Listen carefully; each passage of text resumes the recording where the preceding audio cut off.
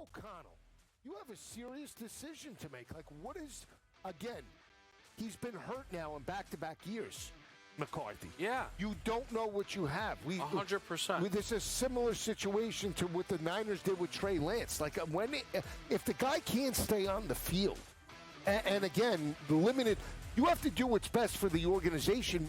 Pro Football Today, only on SportsGrid. Florida State put up 498 rushing yards on this defense, 8 rushing touchdowns, and they almost averaged 10 yards per carry. Tough scene. I mean, you got to be kidding me. It should be 60-7. Yeah. Give me the 7. I just gave you the 7. Exactly. And are you on this? Point. I'm thinking field goal and maybe a safety. But are you on Joe. this? This is Over your best bet? Okay. Didn't you read the screen? What are you not paying attention to the show? SportsGrid's College Football Today. I can tell you right now, Jamar Chase is getting moved on a lot of teams. And I understand why. I mean, you don't have Joe Burrow coming back this year. It's just not happening. And then Jake Browning has been less than impressive. There's no doubt about that. So Jamar Chase is still an extraordinary talent, and I think buying him low is interesting. Why? Because if you do look, the schedule does get a little bit easier. The defense is still bad. Jake Browning has been productive. Fantasy Sports Today, only on SportsGrid. Basically a year's worth of starts at this point, because remember, Drake May was not the starter out of the gate during his rookie year last year. That was Jacoby Brissett. There have been some, encouraging performances and, I think some flashes of what could be upper echelon talent within the scope of the league. But going into this year, it was, we're going to find out. Game time decisions, only on SportsGrid.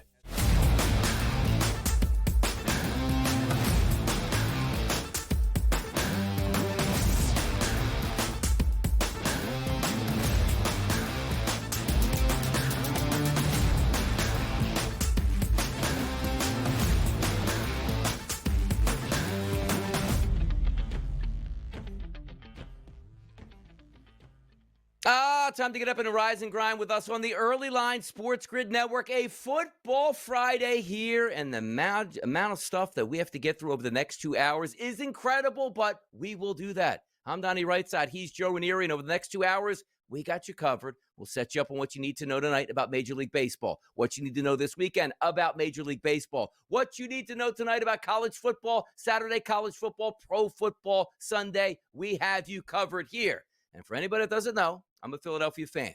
People got on me a little bit last weekend by saying, this might be the worst weekend I've ever seen in Philadelphia sports. What, are you kidding me? 6 days. I'm 48 years old, Joe Ranieri. This is the worst stretch in the history of professional sports in the city of Philadelphia that I just witnessed. Riding high for a time, winning Super Bowls, it's all fun and good. The Phillies are a good baseball club. These 6 days, the single worst 6-day stretch in the history of this city, Joe, has just been completed. Donnie, last night I felt for you, man. I was hoping that your version of the New York Jets, also known as the Philadelphia Flyers, would actually come through and one Philadelphia team would win. But no, that didn't happen either. It was a rough night for Philly fans.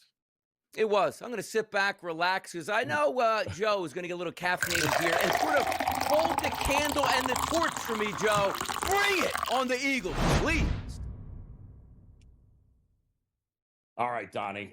We need to talk about the single most controversial and, frankly, I believe the most misunderstood play in all of football, the tush push.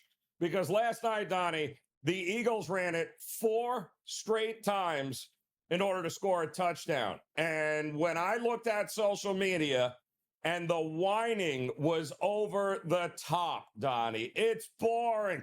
It's not real football. Hell, Micah Parsons even tweeted out that, quote, "This is not football," with a couple of trash emojis. We've got Dave Portnoy saying this needs to be banned. Football is entertainment. I am calling absolute BS on people. And let me tell you where and why I'm calling BS. I had the Eagles team total, Donnie, over 12.5 in the first half last night. They were sitting at 10 points in the second quarter. I needed one score, field goal, touchdown, wouldn't make a difference, and that would be it, right? So they get down to the goal line, right close to it, and they ran a play, and that is really a virtual cheat code for gaining 1 yard. They converted a 4th and 1. They did it twice more. Jalen Hurts is in the end zone. Bet is cashed. All is well with the world. So what is boring about hoping and praying that get in the end zone, get the score so I can cash my money? That was the most beautiful, glorious, profitable 2 minutes, Donnie, of the entire game. And I'm not even a Philly fan. I'm not an Eagles fan. And I loved it. But to the players complaining, that's not football? Not being able to stop a team from gaining one single yard when you know exactly what play is coming is the most basic principle of the sport, Donnie. The Eagles have perfected a play that is an almost guaranteed success, and there are no guarantees in anything that I know, Donnie. No other team can run it as well as they do. We should be celebrating that kind of innovation and that kind of flawless execution. Not trying to get the league to outlaw it just because your defense is too soft to stop it. The lesson here is simple, Donnie. To all the teams, to all the players, and all the fans complaining about the tush push, stop whining. Stop trying to get the rules to, figure out and change the rules because you can't figure it out. Figure out a way to stop it, or just shut up and watch the Eagles keep cashing tickets for people smart enough to get behind it. Because as a bettor, Donnie, I'll take that boring touchdown every single time.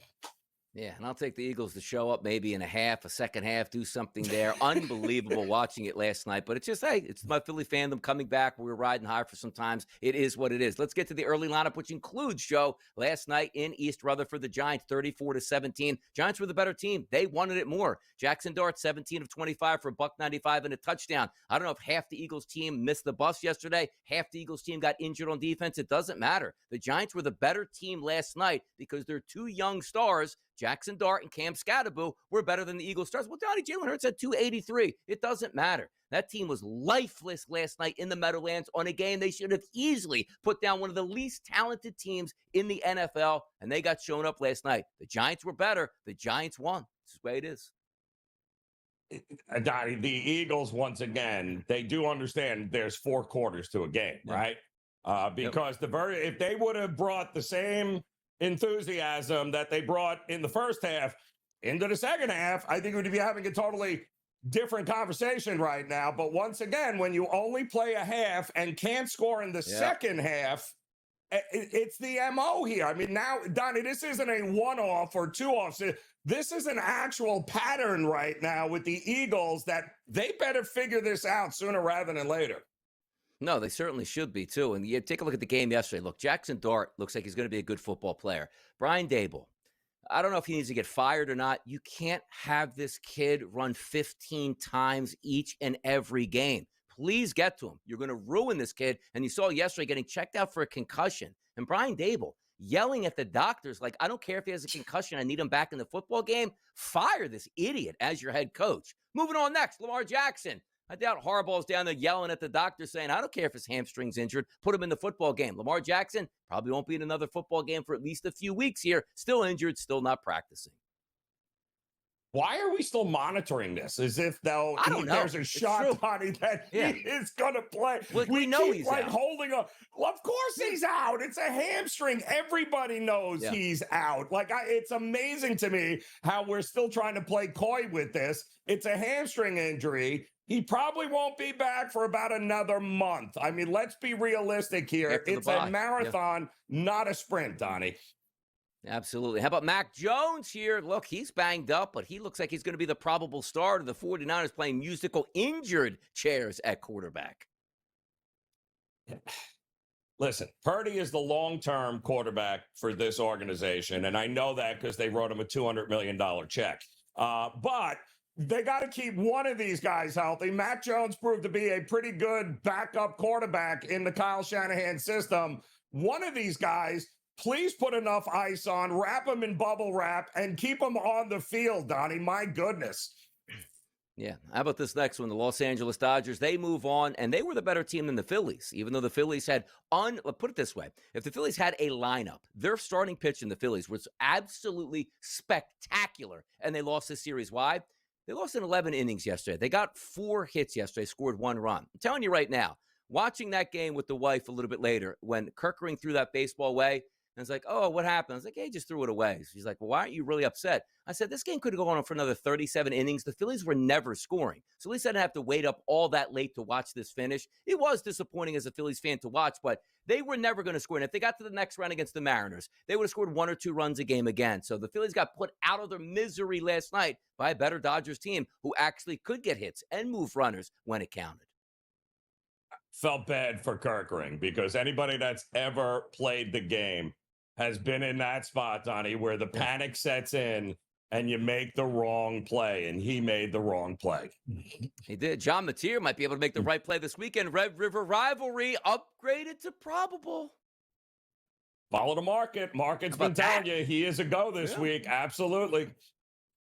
Son of the NBA. Absolutely love it. LeBron James mysteriously going to miss a couple weeks. Is this load management just to get him out of the way, or is this truly an injury? And also, not a good look when you're doing Hennessy commercials and then say, oh, by the way, I'm going to be out a month. Come on, LeBron, be better. It's a sciatica. My grandmother had a sciatica issue. Why are we talking about a sciatica with a basketball and NBA player? Like, stop it, LeBron. Finish it already. It's over. Thank you very much. Team USA is going to have Eric Spoelstra as their head coach. At least he's going to get to coach a real basketball team with some promise. Not the Miami Heat down on South Beach. Spreadlines coming up on a Football Friday next. This is the place to be, right here on the SportsGrid Network.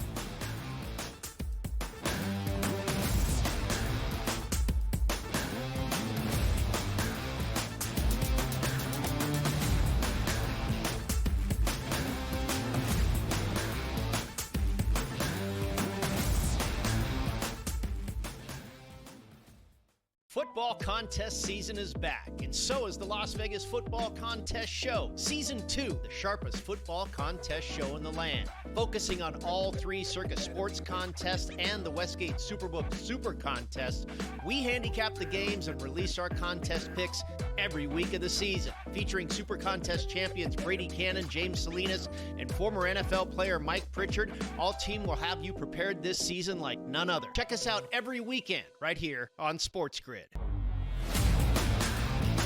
This one's for you, Tommy Reynolds.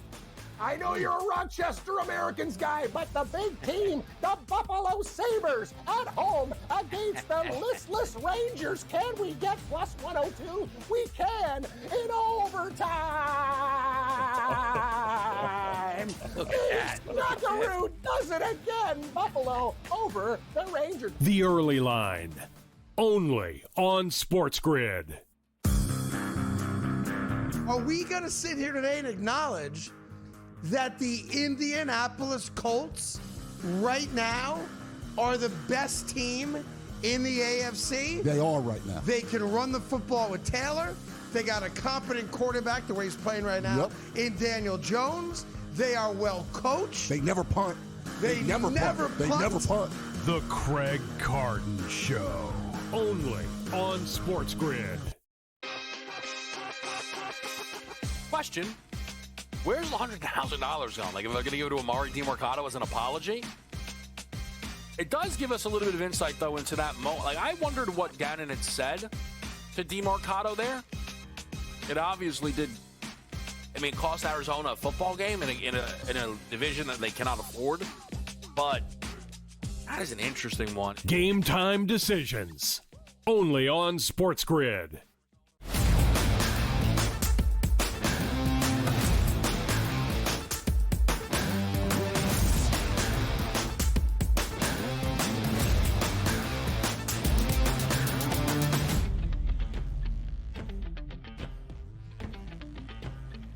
Spreadlines on a Friday, people, right here on the SportsGrid Network. We give you the information that you need to succeed. We take the headlines and the spreads and tell you why you need to be paying attention to a certain football game, baseball game, hockey game, whatever you want out here. Game we're going to take a look at first, 12:45 p.m. Eastern. 163, 164 on the rotation. Saturday, Washington State versus Ole Miss. I don't even know what conference Washington State plays in anymore, but a heavily favored Ole Miss team. Look at number 34.5. Dropped down a little bit to 31.5, but a total still of 57.5.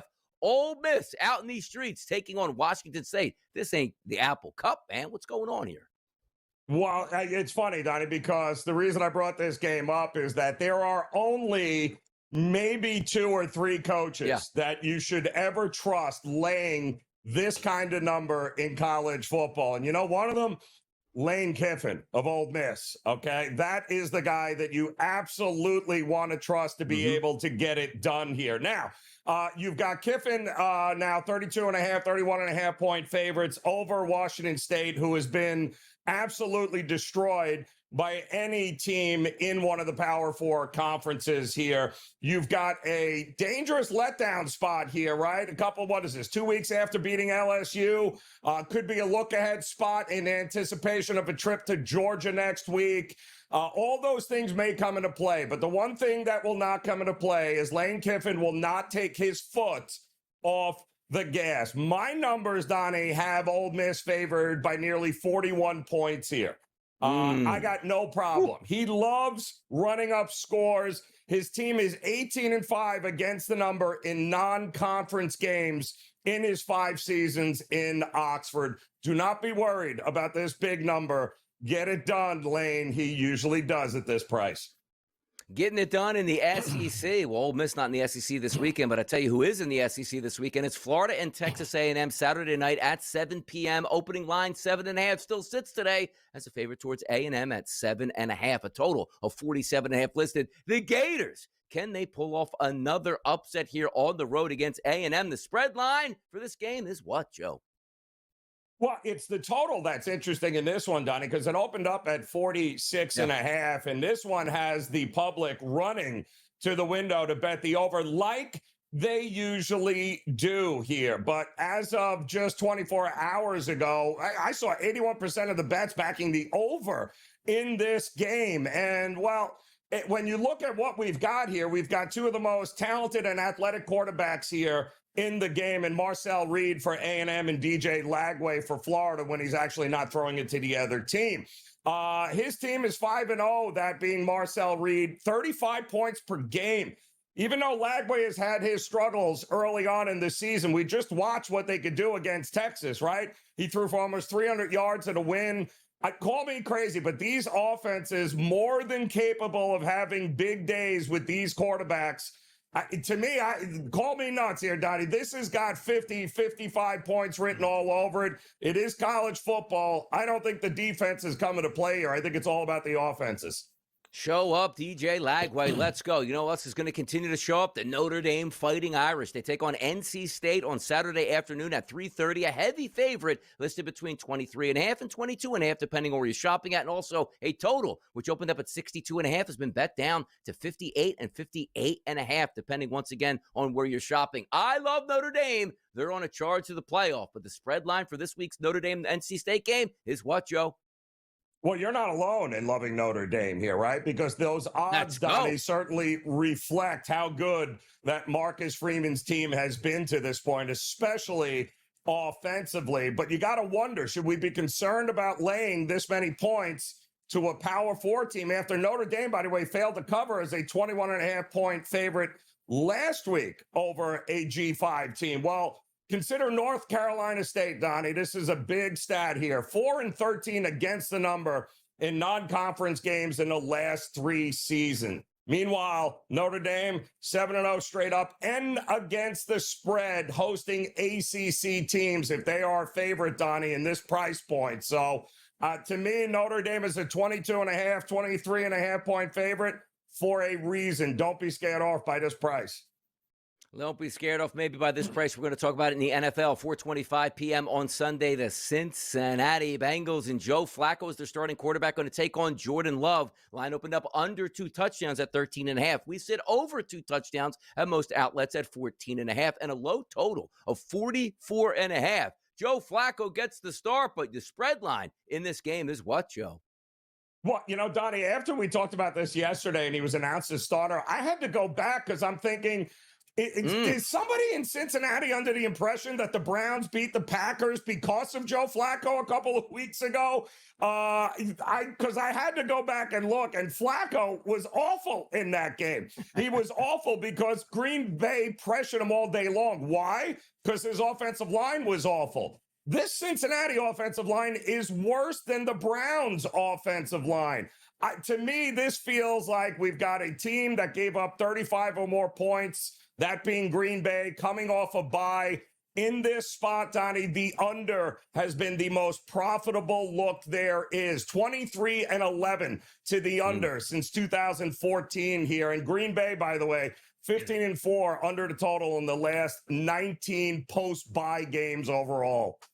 How about that? Monday Night Football. We got a doubleheader in the building here. It's Buffalo and Atlanta and Chicago and Washington. We're going to focus on the first game at 7:15 Eastern. The Buffalo Bills, fresh off a loss on Sunday Night Football to the New England Patriots, are a road favorite at 4.5 points. 8 out of every 10 tickets coming in on the Buffalo Bills. We still sit as a 4.5 point favorite to the Buffalo Bills. Bills, Falcons in Atlanta. The spread line for this game, Joe, is what?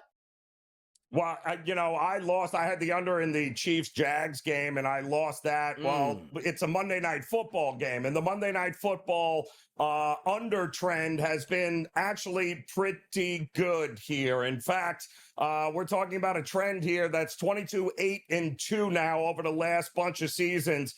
It's very hard for me to look at a low-scoring game here with Josh Allen and company and this Bills offense. They struggled last week. I don't know, Donnie. To me, it feels like the books want you to bet the over, but I do think the under is the right call here with these two teams on a Monday night.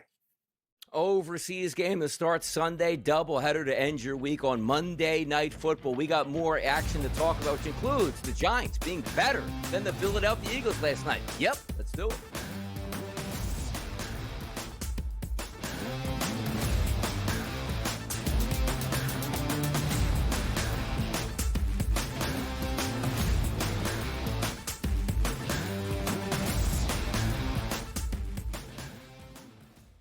Football contest season is back, and so is the Las Vegas Football Contest Show. Season 2, the sharpest football contest show in the land. Focusing on all 3 Circus Sports contests and the Westgate Superbook Super Contest, we handicap the games and release our contest picks every week of the season. Featuring Super Contest champions Brady Cannon, James Salinas, and former NFL player Mike Pritchard, all team will have you prepared this season like none other. Check us out every weekend right here on SportsGrid. This one's for you, Tommy Reynolds.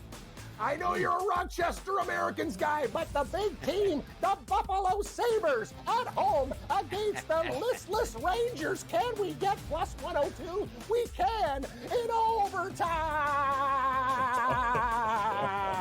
Look at that. Knockaroo does it again. Buffalo over the Rangers. The early line, only on SportsGrid. Are we going to sit here today and acknowledge that the Indianapolis Colts right now are the best team in the AFC? They are right now. They can run the football with Taylor. They got a competent quarterback the way he's playing right now in Daniel Jones. They are well coached. They never punt. They never punt. They never punt. The Craig Carton Show, only on SportsGrid. Question: where's the $100,000 going? Like, if I'm going to give it to Amari DiMercato as an apology? It does give us a little bit of insight, though, into that moment. Like, I wondered what Gannon had said to DiMercato there. It obviously did. I mean, it cost Arizona a football game in a division that they cannot afford. But that is an interesting one. Game time decisions, only on SportsGrid.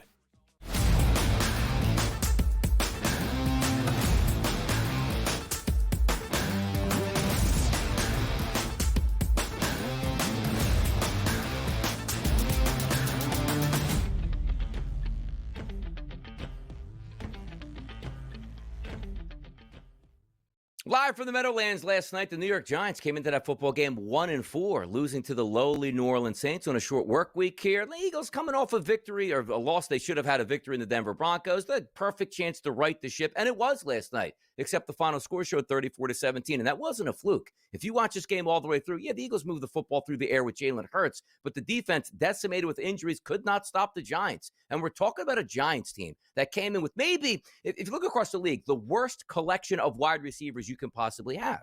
A below average, I should say, offensive line. Young, talented quarterback that runs around, makes some plays, but still rookie in like his third career start. Cam Scatterbo, decent little running back in the backfield, but no way, shape, or form should be able to compete with the Philadelphia Eagles. And they dominated the Philadelphia Eagles, because the one thing that you do have to put in perspective is a team that enters into a game that wants to win the football game. That was the Giants. It looked like the Eagles last week, lost to the Broncos, shouldn't have happened. Giants on the road, short week, roll the helmets out there and beat them. And you can't do that. The Giants physically dominated the Philadelphia Eagles last night in MetLife, and no surprise that it was 34-17. Before the game, if you would have told me the final score, it's the Eagles 34-17. Nope, it was the Giants, and they deserved that victory last night, Joe. They do. And Donnie, we talked about it on yesterday's Spreadlines with this game, that it's crazy when you look at the numbers for Jalen Hurts and the Eagles.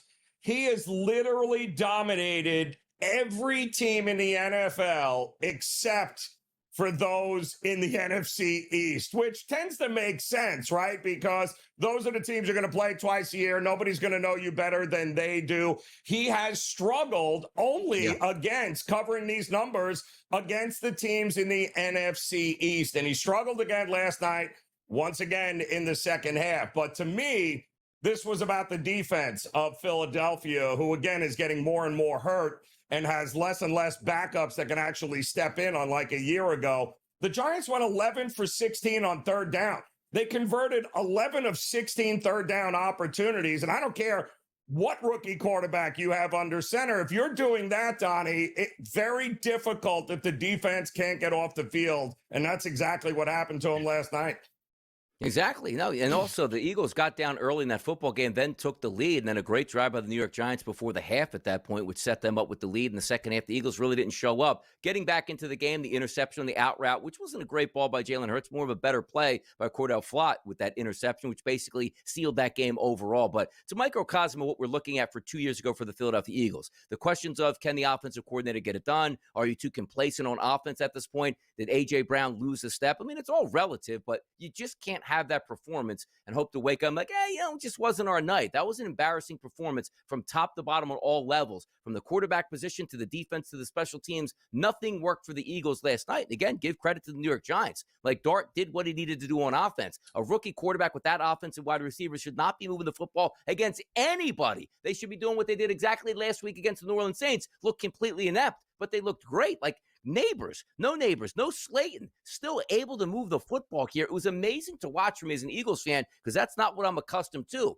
But the want to win a football games is a big deal, and the Eagles want to win that football game last night. It just wasn't there. Something has to change. I don't know what it is. Maybe it's a little bit more time off, but make no mistake about it. Unless they get healthy, it's going to snap your fingers for the Philadelphia Eagles, and things are going to get better on the offensive side. It's not going to happen. Well, they lost in the trenches, Donnie. I mean, the Giants ran for 172 yards on the ground. I mean, the Eagles had just 73 yards again on the ground here. And I'll say this about Dart. He obviously last week turned the ball over under pressure a ton. They had 5 turnovers last week. Last night, they didn't have any. Those weren't designed runs by Dart. Those were him having to get the hell out of Dodge because they were coming after him. Only this time, instead of panicking like he did a week ago, the kid held his composure and he made the plays. I mean, that's what you want to see in a young quarterback. What does he do under pressure? Last week against New Orleans, he panicked, turned it over. This week, totally different guy, no turnovers, +2 on the turnover differential. That was the difference between this Giants team and what we saw in New Orleans. Yeah, by the way, I had a great pass on one of those third downs to Theo Johnson. He was stuck in the pocket and delivered it here. The only thing I asked for, again, is young quarterback maturation process matters. he can't run like this. This kid is going to be a walking concussion if this continues to happen. Dable, please, I know it's exciting. You're winning football games. Calm the kid down. He can't run 20 times a game and run into people. It's going to end in disaster. You got a good quarterback. Protect your young quarterback. And by the way, shout out Russell Wilson for coming to the game looking completely inept and booed off of the field with one of the worst passes that I've ever seen. Shout it out. The Giants maybe have their future quarterback here. What's the future of Major League Baseball? At least for the Philadelphia Phillies, there is no tomorrow.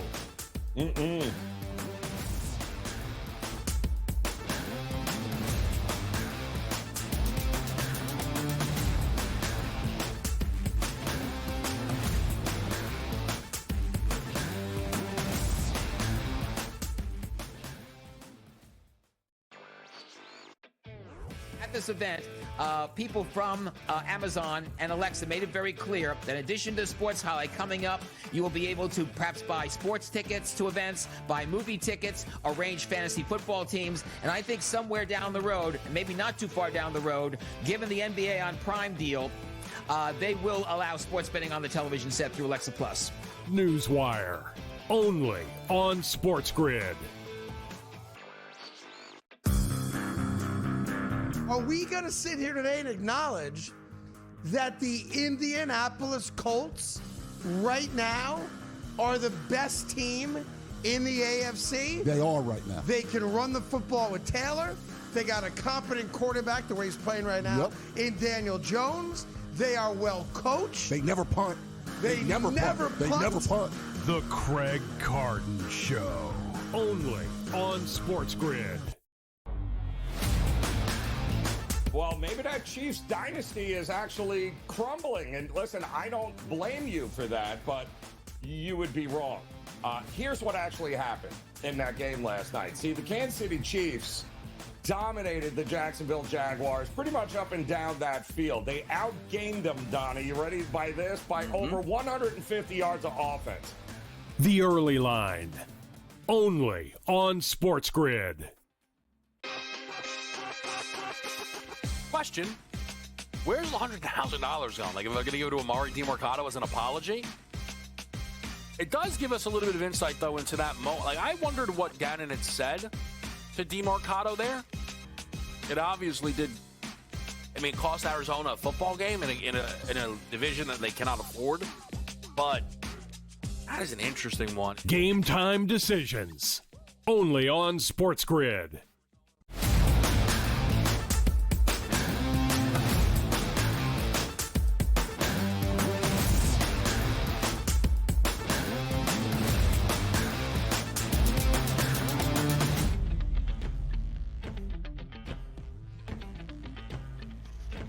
Major League Baseball yesterday. The Philadelphia Phillies and the Los Angeles Dodgers were on deck as the first game to be played out of the West Coast, 6 o'clock. You knew the shadows would come in, so it might be a little bit tougher to score some runs. Me as a Phillies fan, I love, Citizens Bank Ballpark. It's Red October, but it's been really 3 straight years of misery. The one year was fun where they went to the World Series, ended up losing to the Astros. Okay, they'll be back in the playoffs, and they were. And it's gotten progressively worse each and every year. But the one thing that hasn't changed is the Phillies lineup. Hey, you got superstars in that lineup. Eventually, they'll hit. The thing that I look at this series that ends is the Dodgers were the better team overall. The talent was there. They had more opportunities. Outside that Phillies explosion in game number 3, they really weren't all there at the plate. You take a look at Trey Turner, who makes a couple $100 million on his contract. He hit $235, which feels like unbelievable Mickey Mantle at that point. Kyle Schwarber, $188 in the series. Bryce Harper, $200. Brandon Marsh, 077. You take a look a little bit down there. Max Kepler, 167. Nick Castellanos, 133. Bryson Stott, 154. You can't win that way. If you would have told me, Joe, entering in this series through 4 games, what the starting pitching staff would have given you, I would have said to myself, 4 games. The Phillies wanted to sweep in 3 games. That's easy. Why? They just can't hit. And doing the same thing over and over every single year, expecting the same results. And understand this, the Phillies were fighting yesterday. They did lose 2-1 in 11 innings. But the joke for me was this game could have went on. They could still be playing right now, and they could be pulling fans out of the seats at Dodger Stadium to throw sessions against the Phillies, and they never would have had a chance to get on base. It looked like those old Bugs Bunny cartoons where, the funny ball comes up at the plate, Bugs throws it, and 6 or 7 straight batters just can't hit it 4 and 5 times, taking a cut at the same pitch. That was the Phillies at the plate. I wasn't upset when the game ended because I just looked at it and said, sooner or later, this was going to come to a head. You can't win by scoring 1 or 2 runs repeatedly in baseball games and expect a different outcome. Dodgers were better. They won 2-1. They're moving on, and they should have been. It was just the problem was by losing those first 2 games, the Phillies' room for error became non-existent. And they had not 1, but 2 of their pitchers create big errors in that game last night when it mattered the most. If you're Doran, you cannot walk or run it. Sorry, can't do it. And if you're Kerkering, of course, you got to know to be able to throw that ball out at first base, even though you bobbled it. And it's a shame that's how it ended, because I would have loved to have watched 18 innings of that, because they were going to, and both teams, it felt like were going to empty everything they had in that game. But I think the difference, certainly, Sasaki coming in out of the pen and throwing 3 perfect innings, trying to calm things down there, that was huge for them. Had they continued on, that bull, how I feel about that bullpen of the Dodgers, Donnie, it was going to be advantage Philadelphia if they could have got out of that inning. But unfortunately, it was just too little too late. No, it certainly was. And I understand this too. Like being a fan and watching the Phillies, I hope they won, because Saturday night, 8 o'clock would have been a lot of fun at Citizens Bank. At least the perception of it, because as well as I do, Ohtani would have took that mound and went 7 innings pitched with 1 hit ball, maybe 1 walk, and 11 strikeouts. We'd be like, man, we got to wait this game out again. It just wasn't the Phillies' time. Things will change in that lineup, and you can't get rid of the core. Like maybe Kyle Schwarber. There's not many free agents. He'll probably be back. They'll probably re-sign him. Same thing with JT Realmuto. But just the ancillary parts, right? The Max Keplers, the Nick Castellanos, and the Bryson Stotts, the automatic outs in that lineup. And you can't say like, oh, well, Bader got hurt. That was a big deal. Yes, it was a big deal. He plays great defense in center field and actually was a better bat in that lineup. But that's not the difference in this one. You can't go 11 innings with 1 earned run. And by the way, watching that game, the Phillies shouldn't even have scored the 1 run they had. It was a double play ball that the pitcher just dropped at first base, which turned into Nick Castellanos closing his eyes on a 2-strike pitch and hitting the double down the line. They shouldn't have scored any runs over 11 innings in this game. It's just the way it is. It's the way it sets up. But the Dodgers moving forward here. And by the way, I like this new look in Major League Baseball, by the way, Joe, where it's, you know what? Take your really good starting pitchers and just make them bullpen guys, and they're filthy and they dominate. I like this evolution right now of the pitching staffs. Well, we talked about it pre-snap. I said, the thing with the Dodgers is when you look at the arms that they have in a 5-game series, and, Phil, listen, I give Luzardo all the credit in the world. I mean, a guy came into that game in the biggest spot on 2 days rest, and went into the 10th inning. He recorded 5 outs. Top of the lineup. And, 1, 2, 3. That's what I mean. Yeah. So I give the Phillies credit, man. They were, you have to do what you have to do to extend the series. But that in a 5-game set, the amount of arms starting pitching that the Dodgers had, it seemed unfair. And nobody was even talking about Sasaki a month ago. Like, wasn't even remotely in consideration. And look what he does in the biggest moment. Yeah, it's crazy. Major League Baseball, man, it's just on a day-to-day basis, you see things that you don't anticipate here, but the Dodgers are moving on, and rightfully so. The question is, who's the Dodgers going to actually play? Because the National League played 2 games yesterday. The Cubs hammered the Brewers. And what's up with the Brewers not being able to get through a first inning unscathed? They're down 3-0 right off the bat. Their pitching, talking about the Cubs, was spectacular, holding the Milwaukee Brewers to 3 hits here. It was almost like their offense has now disappeared, and they have 1 game to figure it out. But the Cubs show some heart at home, win a couple games in the friendly confines before they head back to Milwaukee. Yeah, they did, but it was crazy, right? Because here we are all day yesterday, like, who's pitching? Like, who are the pitchers in this game? We eventually figured out it was Boyd. Of course it's Boyd, because they only threw 8 pitches in the first game there and got absolutely crushed. But then they went with Peralta.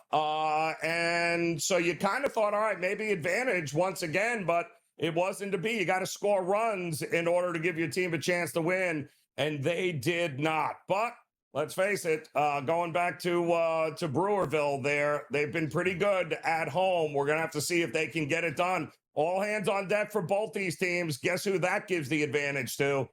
The Dodgers.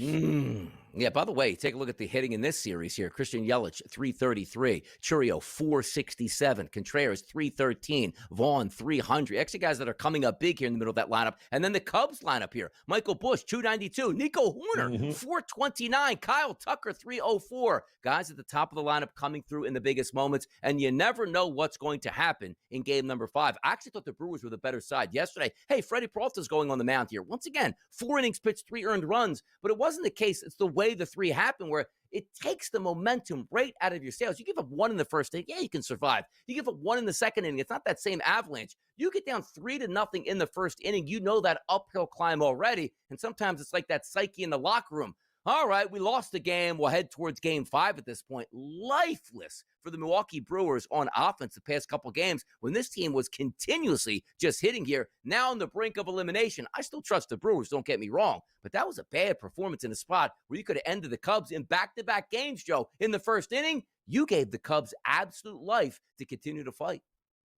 Yeah, they really did. And, you had Peralta on the mound. That's who you opted to go with. And unfortunately, Priester didn't give you a whole lot the game prior there, of course, and the bullpen had to come in and bail him out. And your ace, all of a sudden, you're down 3 runs again. And the problem with the Brewers, and this is the big problem, Donnie, is that, you have to hit for power in October because manufacturing runs in a short series isn't always easy, especially on the road. So, it's great the way you got those runs in bunches the first 2 games of the series, but the Cubs, who have power guys that can hit the ball over the fence, that's what usually wins it for teams in October. You got to have that.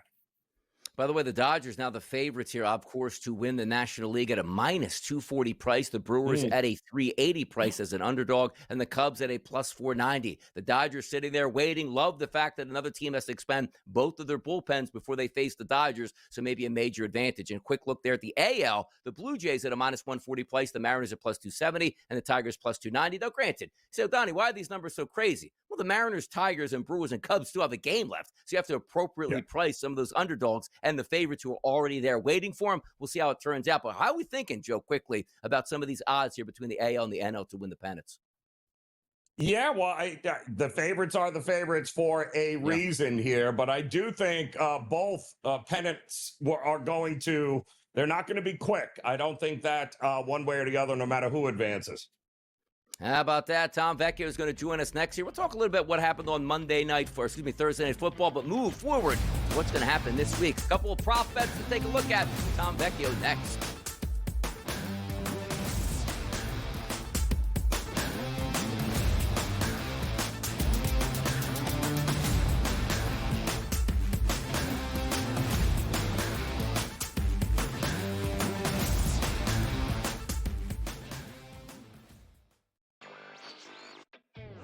This event, people from Amazon and Alexa made it very clear that in addition to Sports Highlight coming up, you will be able to perhaps buy sports tickets to events, buy movie tickets, arrange fantasy football teams, and I think somewhere down the road, and maybe not too far down the road, given the NBA on Prime deal, they will allow sports betting on the television set through Alexa Plus. Newswire, only on SportsGrid. Are we going to sit here today and acknowledge that the Indianapolis Colts right now are the best team in the AFC? They are right now. They can run the football with Taylor. They got a competent quarterback, the way he's playing right now, in Daniel Jones. They are well coached. They never punt. They never punt. They never punt. The Craig Carton Show, only on SportsGrid. Well, maybe that Chiefs dynasty is actually crumbling. And listen, I don't blame you for that, but you would be wrong. Here's what actually happened in that game last night. See, the Kansas City Chiefs dominated the Jacksonville Jaguars pretty much up and down that field. They outgained them, Donnie. You ready by this? By over 150 yards of offense. The Early Line, only on SportsGrid. Question, where's the $100,000 gone? Like, if I'm going to give it to Amari DiMercato as an apology? It does give us a little bit of insight, though, into that moment. Like, I wondered what Gannon had said to DeMarcado there. It obviously did. I mean, it cost Arizona a football game in a division that they cannot afford. But that is an interesting one. Game time decisions. Only on SportsGrid.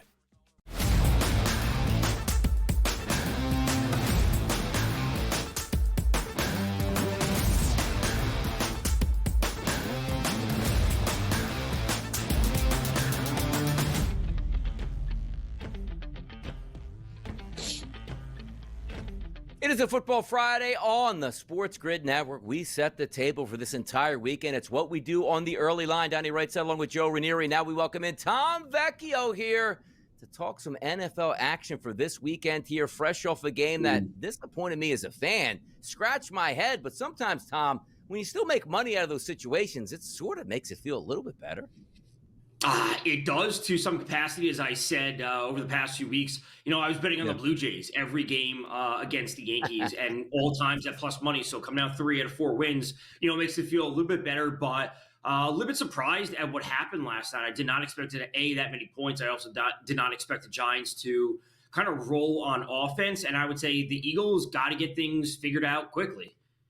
Yeah, I don't know how quickly they're going to get things figured out, but they have a little bit of time on this little mini-bye to sort of make things right, which who knows if they will, and who knows who's actually going to play from all the injuries that we have. But let's kick it forward here, Tom, to this weekend's action. Stephon Diggs with a nice homecoming for the Buffalo Bills game coming in as a New England Patriot. He really showed up and showed out. Coming off an injury in the offseason, looks like he's getting his legs back here, going up against New Orleans in the Dome, Tom. The total of this game, 45.5, a favorite towards New England. How you playing this game prop perspective-wise? I love Diggs to score a touchdown this weekend. If you were watching Sunday night's game closely, there were times late in the third quarter or early fourth, forget when it was, Diggs got tackled at the 5-6 yard line, and he was pounding the turf. He wanted to score so bad. But, you know, outside the narrative from last week, if you look at Diggs, he leads the team in nearly every receiving category: targets, receptions, yards after catch. He leads them in target share. He doesn't lead them in red zone target share. He's at 15%. Hunter Henry's up at 33%. But when we have a receiver who's doing all of this but has yet to score, getting a plus 170 number on him does not reflect the role that he currently has, essentially, in the passing offense, at least with the underlying metrics. So I will buy into Diggs' touchdown this week against a bad Saints defense. So you got the Chargers in my neck of the woods this weekend, Tom, and they have no offensive line. They have no more running backs, but they still have a guy named Justin Herbert, which should count for something, no? It should, and, you know, between Hassan Haskins and Kamani Vidal, the two running backs, you know, at the end of the day, they are serviceable. And if you actually look back to last year when J.K. Dobbins was on the Chargers and they went through a stretch when he got hurt, Hassan Haskins only averaged 39 yards per game. It's only 4 games, take it with a grain of salt. But at the end of the day, Herbert is your best player. You still have Keenan Allen, Ladd McConkey, and Quentin Johnston. It's like, okay, hang on. We shouldn't be pounding our head against a brick wall. I'm not saying that's what they have with the Dolphins and their run defense, because it's terrible. But at the end of the day, the best source of offense from the Chargers is their passing game. And when you're dealing with a team that has a 24.5 team total this week, I would look to the passing game. And again, all their receivers are 55, 54, 51 when it comes to receiving. I don't know who Herbert is going to be passing the ball to, but Herbert over 254.5 passing. He is playing at a near MVP level, at least in the first 3-4 weeks of the season. Give him the ball, distribute the ball, get it out quickly, don't deal with the run game, and he picks up yards, and I think they come away with a win. Yeah, me too. I think it's a good spot for them because the Miami Dolphins defense doesn't defend against anything at this point. And if you're looking for those rushing touchdowns that might not be able to be there, you get what you get. But also understand this. We didn't expect probably Carolina to have that great of a rushing performance last week with a couple of backups. Rico Dowdle goes for 2 bills. It's the NFL, man. Some crazy things certainly do happen. But if we do take a look at another running back opportunity here, the Seattle Seahawks going on the road to take on the Jacksonville Jaguars. This game's roughly a pick 'em. -1.5 years of favorite towards Jacksonville at home, but a nice total, Tom, up from 43.5 to 47.5. We're looking at points here, but how are we playing the Seattle backfield in this one? So I would, first off, I would take the Seahawks on the spread here in a pick 'em league, whatever it might be. I do think they getting the points is good. It's a little bit overreaction. I do think the Jags are good this year, but and especially on defense, I'll take the Jags. I'll take the points with the Seahawks. It's a little bit of overreaction for the Jags winning against the Chiefs the other night. The Jags are actually solid against the run game.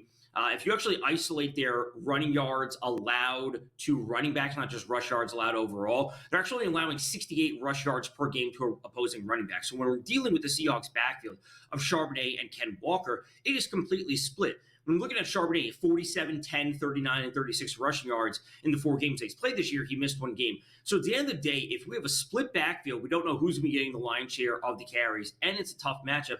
What source of confidence do we have in, what is essentially the backup in Charbonnet to go over his yardage prop? So Charbonnet under 36.5.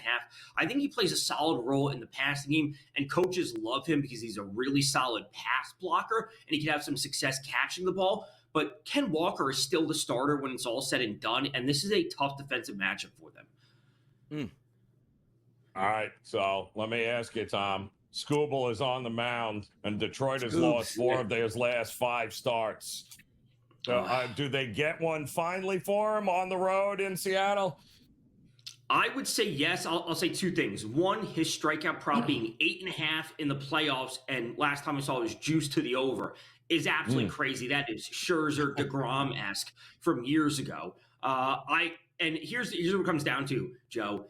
If he's at 90 pitches, 85 pitches, and he's given up 3 runs in the 6th inning, who cares? Right? Don't take the ball out of the future Cy winner, the Cy Young winner, back-to-back Cy Young winner. Don't take the ball out of his hands. 3 runs, him giving up is nothing. I would say that the encouraging sign for the Tigers is that their offense is trending upward. Like, they're coming off a game where they scored the most runs. It's not like, they scored a ton early in the series. They actually scored some of the bats are getting going. So give the ball to Scooble, 110 pitches. If he doesn't reach a minimum of 100, either they're up by 10, they're up 7-0, 10-0 in the 7th, and they can just pull him. But if he's under 100 pitches, I'm going to be shocked, and I think it's a wrong decision. By the way, Tom said something that's really important here. Like, Scooble's going to go regardless of what that score is going to be. Did you know the team total here tonight for Seattle at home is 2.5 runs at that point right now, which is kind of wild. The total in some outlets here, 5.5 runs. If you want to be contrarian, that's the way to go. But I don't think people are looking forward to fading Scooble. But as Joe pointed out also, it's not as if he goes, hey, last 32 innings, has to get up a single run here going up against an opponent. That's not the case. That's going to be a lot of fun. But Tom Vecchio, quickly here, Joe Flacco this weekend. Statue or planted statue this weekend? Statue and attempts is probably the most interesting. Chase Brown has not been good. Pick up first downs with T. Higgins and Jamar Chase. Pick up first downs, move the ball. There you go. It's Tom Vecchio joining us on a Football Friday. Tom, thanks for the insight here on a couple of those prop bets. Let's cash in some tickets, and we'll keep this show moving. We'll be right back.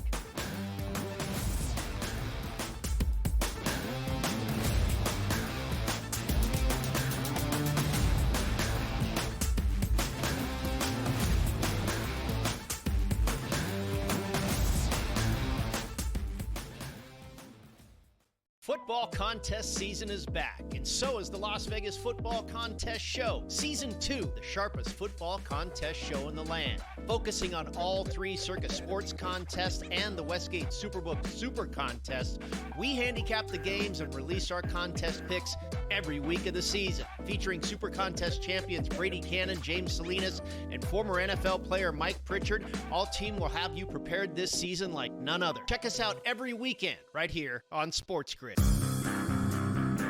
Are we going to sit here today and acknowledge that the Indianapolis Colts right now are the best team in the AFC? They are right now. They can run the football with Taylor. They got a competent quarterback the way he's playing right now in Daniel Jones. They are well coached. They never punt. They never punt. They never punt. The Craig Carton Show. Only on SportsGrid. I told you Vladimir Guerrero would hit a home run. He hits a home run on his first pitch. 2-run shot, 2-0 Jays. And I gave you Suarez earlier. I'm telling you, Scott, Contreras last night, Story the other night, bro, every night I've been hitting these home run props. And not the easy Ohtani ones at plus 190. These are plus 450s, baby. In-game live Only on SportsGrid. Florida State put up 498 rushing yards on this defense, 8 rushing touchdowns, and they almost averaged 10 yards per carry. Tough scene. I mean, you got to be kidding me. It should be 60 to 7. Yeah. Give me the 7. I just gave you the 7. Exactly. And Are miss you the on extra this? point. I'm thinking field goal and maybe a But are safety. you on Joe. this? This is Over your best 3.5. bet? Okay. Didn't you read the screen? I What are you not could paying barely attention read to the show? SportsGrid's College Football Today.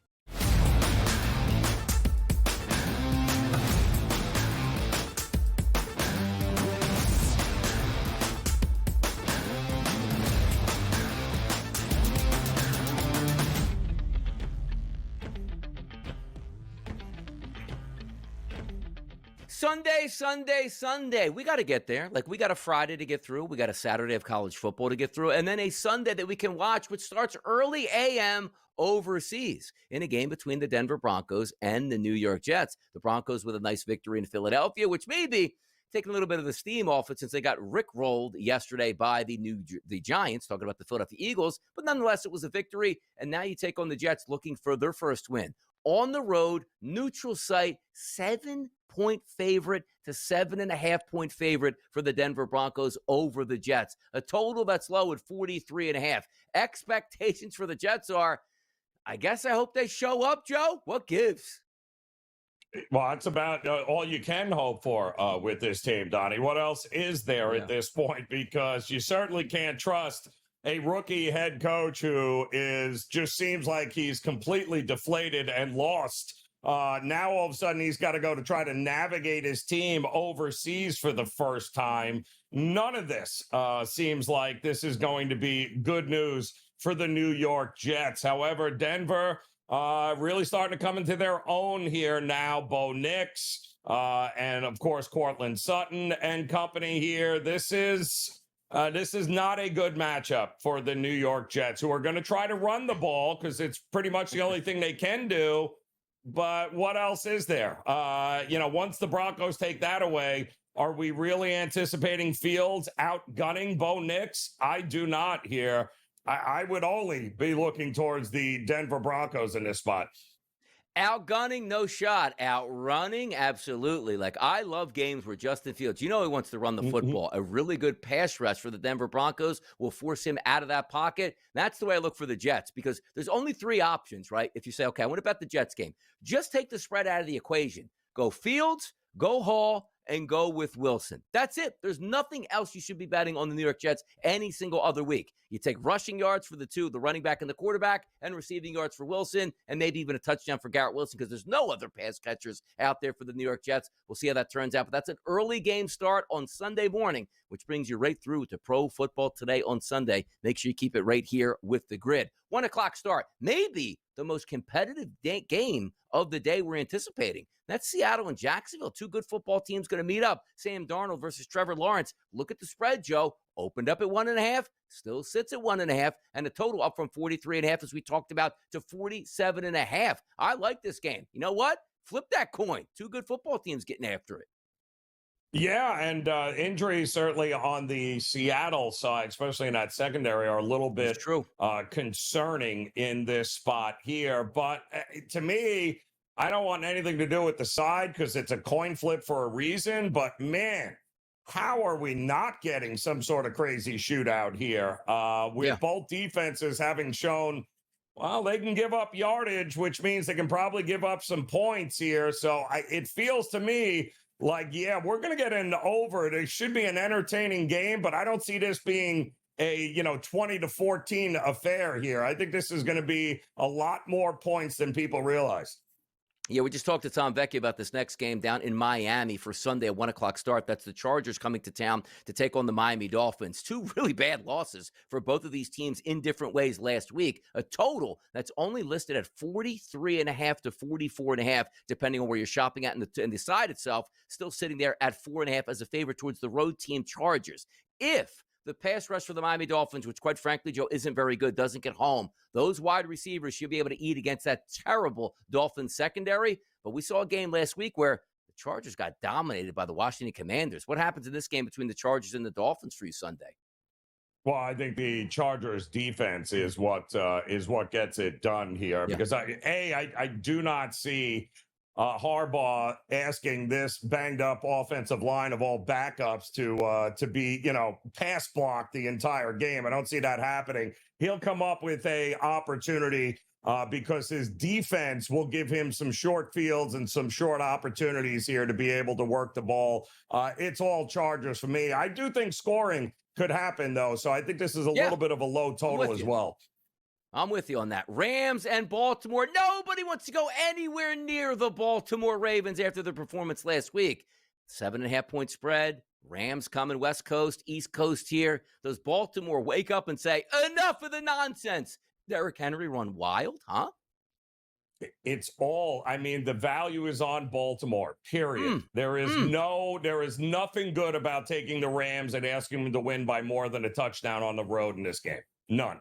Look at that. The NFL, as we go through to set up the card on Sunday afternoon. We know we have you covered here. Hour number 2 is coming up next, and we're going to get into some action on the early lineup here to get you ready. Coach Terry Bowden is going to join us shortly as well.